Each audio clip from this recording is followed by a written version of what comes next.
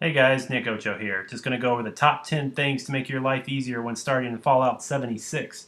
Now, I've got about 8 hours of gameplay in this so far, so going into this, I am very excited to kind of share my experiences and what I've done. First off, materials. Materials is one of the things that you're definitely going to want to look out as you come out of the vault.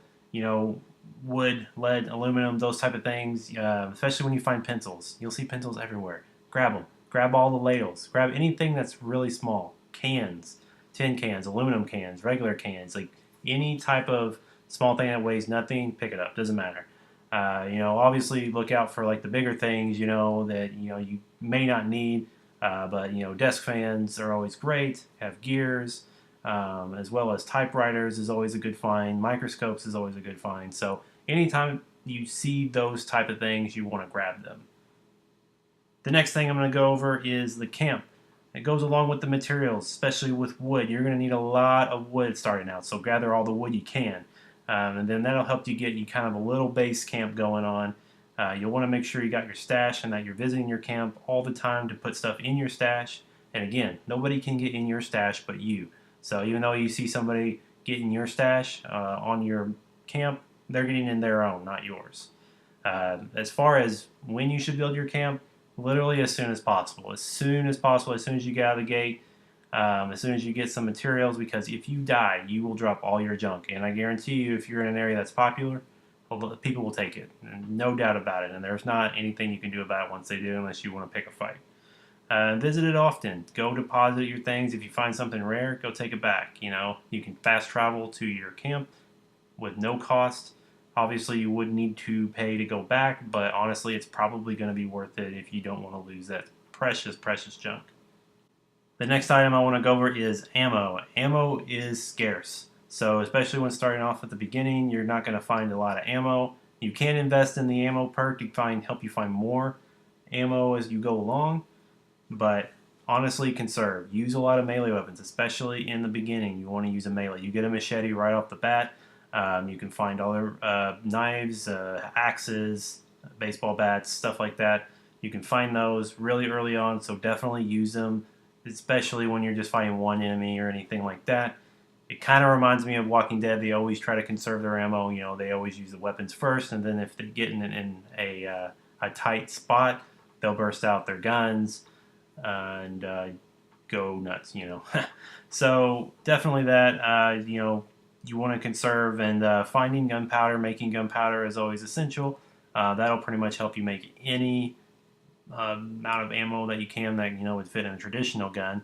And yeah, so you definitely want to look out for that.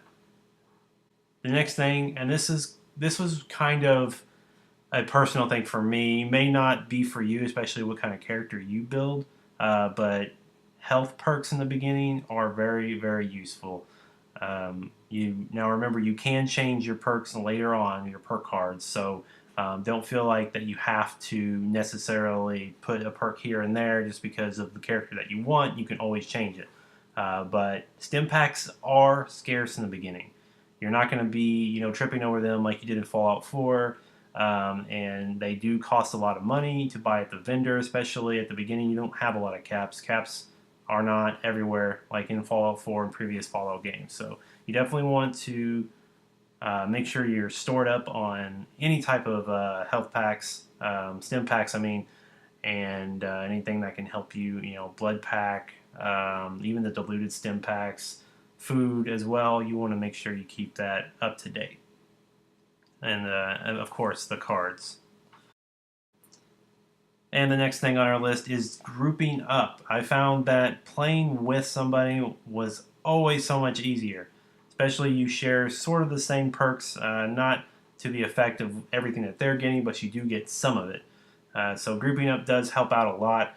And it just makes things so much easier, and it's a heck of a lot of fun. That's what the game was designed for, is to group up. I think it's going to be a big part in this game, so don't be afraid to flag somebody down and say, hey, let's join up. Most people are going to be friendly, but you may get a couple people that grief you, but hey, just run away. Go back to your camp. The next thing I want to talk about is scoping out a situation.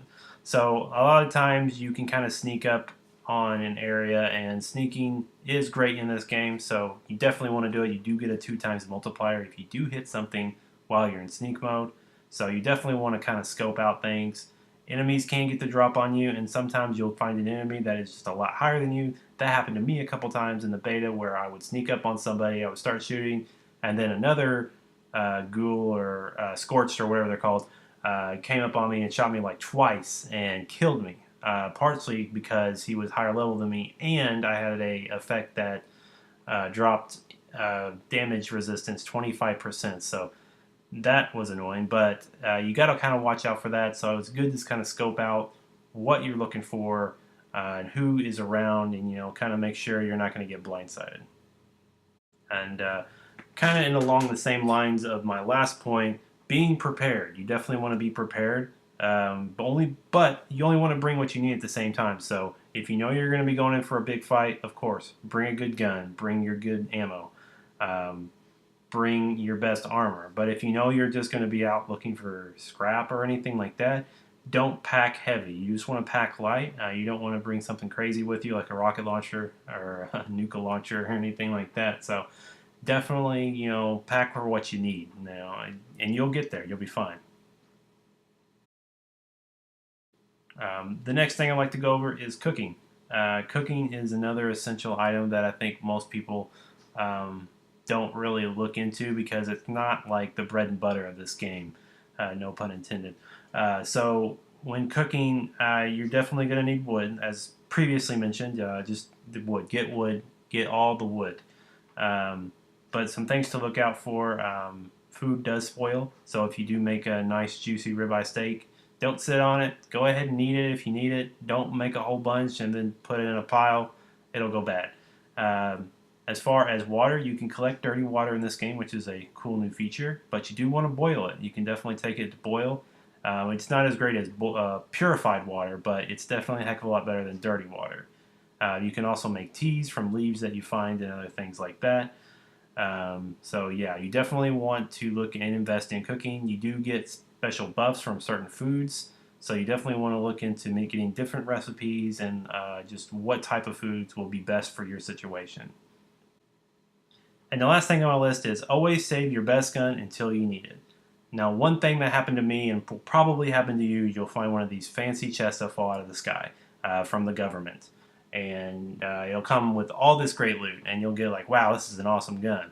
And all of a sudden you'll start using it and it's broken. So save it, because most likely you'll get that gun at an early time in the game, and you will just waste it when you could save it for a later fight that's going to be more in line for what that gun is for. So you don't want to just use it just to use it.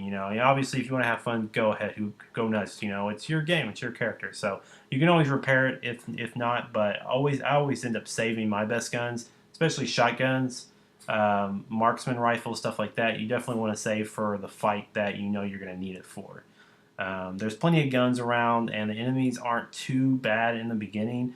If they gang up on you, it can get a little bit crazy, and like I said from before, you might find an enemy that might 1 or 2 shot you. So you definitely want to keep a gun with you that you can do damage with, but maybe not keep it as your primary weapon at that time.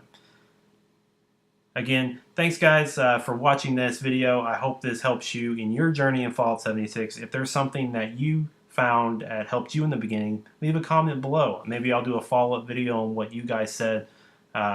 I hope this definitely helps you. If it does, also let me know. Leave a like if you did, and it definitely would help me out. Yeah, thanks for watching, and subscribe for more Fallout stuff.